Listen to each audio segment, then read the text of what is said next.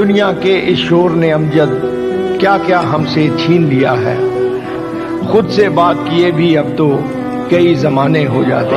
بسم اللہ الرحمن الرحیم۔ السلام علیکم دوستو، آج کے پوسٹ مارٹم میں ہم بات کرنے جا رہے ہیں ایک عظیم شخصیت کے بارے میں، لیکن اس سے پہلے میں کچھ الفاظ دہرا دوں کہ محبت ایسا دریا ہے کہ بارش روٹ بھی جائے تو پانی کم نہیں ہوتا۔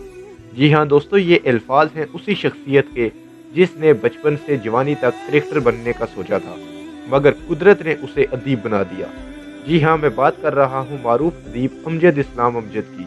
دوستو، امجد اسلام امجد کو شروع سے ہی شوق تھا کہ وہ کرکٹر بنے اور نیشنل کرکٹ ٹیم میں جگہ بنا سکے۔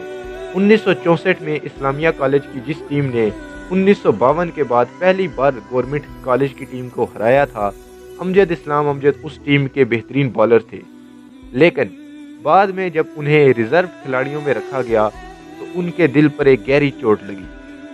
بی اے میں امجد اسلام امجد نے اچھے نمبر حاصل کیے تو انہیں اسکالرشپ پر اورینٹل کالج میں داخلہ مل گیا۔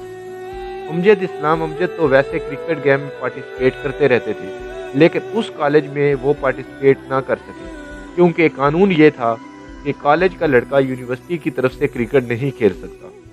اسلامیہ کالج میں ہونے والی ناانصافی سے ان کا دل پہلے ہی ٹوٹا ہوا تھا۔ رہی صحیح کسر اس یونیورسٹی کے قانون نے پوری کر دی، جس کے بعد انہوں نے کرکٹ کو خیر بات کہا اور اپنے آپ کو ادب سے منسلک کر لیا۔ امجد اسلام امجد کے والد کچھ جاسوسی ناول اور کچھ دیگر کتابیں بڑے شوق سے پڑھتے تھے، جہاں سے امجد اسلام امجد کو پڑھنے کی تحریک ملی۔ اساتذہ نے بھی خوب ساتھ دیا اور وہ 9ویں جماعت میں اپنے اسکول کے رسالے کے ایڈیٹر بھی بن گئے۔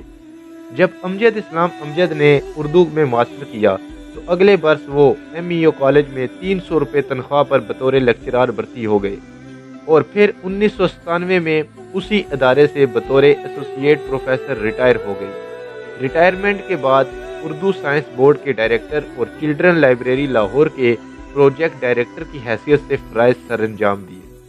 امجد اسلام امجد کی کامیابی میں 2 لوگوں کا اہم کردار تھا۔ ایک ان کی خالہ جو ان کو مختلف کہانیاں سنایا کرتی تھیں اور بچوں کے مزاج کے مطابق کہانیوں میں رد و بدل کر دیتی تھیں۔ امجد اسلام امجد نہ صرف کہانیاں سنتے تھے بلکہ اگلے دن اسکول جا کر وہ کہانیاں سنایا بھی کرتے تھے۔ اسکرپٹ لکھنے میں امجد اسلام امجد کی خالہ ہی ان کی انسپائریشن بنی۔ اور دوسرے شخص احمد ندیم قاسمی ہیں، جن کی حوصلہ افزائی سے امجد اسلام امجد کو یقین ہو گیا کہ وہ ادب میں اپنی جگہ بنا سکتے ہیں۔ امجد اسلام امجد جب MA کے طالب علم تھے تو ان دنوں جنگ ستمبر کے حوالے سے ایک مشاعرہ ہوا۔ امجد اسلام امجد نے اس مشاعرے میں ایک نظم پڑھی۔ جب مشاعرہ ختم ہوا تو احمد ندیم قاسمی امجد اسلام امجد کے پاس آئے، کندھے پر ہاتھ رکھا اور کہا کہ میں احمد ندیم قاسمی ہوں۔ امجد اسلام امجد نے جواب دیا کہ سر، آپ کو کون نہیں جانتا؟ تو احمد ندیم قاسمی نے کہا کہ وہ جو نظم آپ نے مشاعرے میں پڑھی ہے، کیا آپ مجھے میرے رسالے فنون کے لیے عنایت کر سکتے ہیں؟ امجد اسلام امجد خود کہتے ہیں کہ یہ لفظ عنایت میرے لیے میری اوقات سے بہت بڑا تھا۔ اس لفظ نے مجھے یہ اعتماد بخشا کہ میں جو کام کر رہا ہوں اس کی اگر اتنا بڑا آدمی تعریف کر رہا ہے تو اس کو جاری رکھنا چاہیے۔ اگر ڈراموں کی بات کریں تو امجد اسلام امجد کے ڈراموں کی کہانی بھی بہت دلچسپ ہے۔ کسی دور میں ایک مصنف اطہر شاہ خان جیدی کا ڈرامہ چل رہا تھا۔ امجد اسلام امجد نے اطہر شاہ خان جیدی سے اس ڈرامے کے کچھ نکات پر بحث کی۔ اطہر شاہ خان جیدی نے امجد اسلام امجد سے کہا کہ تم ڈرامہ کیوں نہیں لکھتے؟ امجد اسلام امجد سمجھے کہ شاہ صاحب نے کوئی طنز کیا ہے، لیکن اسی بات نے ان کو ڈرامے لکھنے پر مجبور کیا۔ انہوں نے بہت سے ڈرامے لکھے جن میں آخری خواب اور موم کی گڑیا، خواب جاگتے ہیں، وارث کا مرحلہ اور اس کے علاوہ اور بھی بہت سے شامل ہیں۔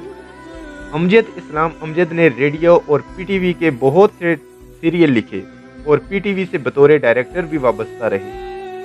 امجد اسلام امجد بنیادی طور پر شاعر تھے، لیکن انہوں نے ادب کے کافی اقسام پر کام کیا۔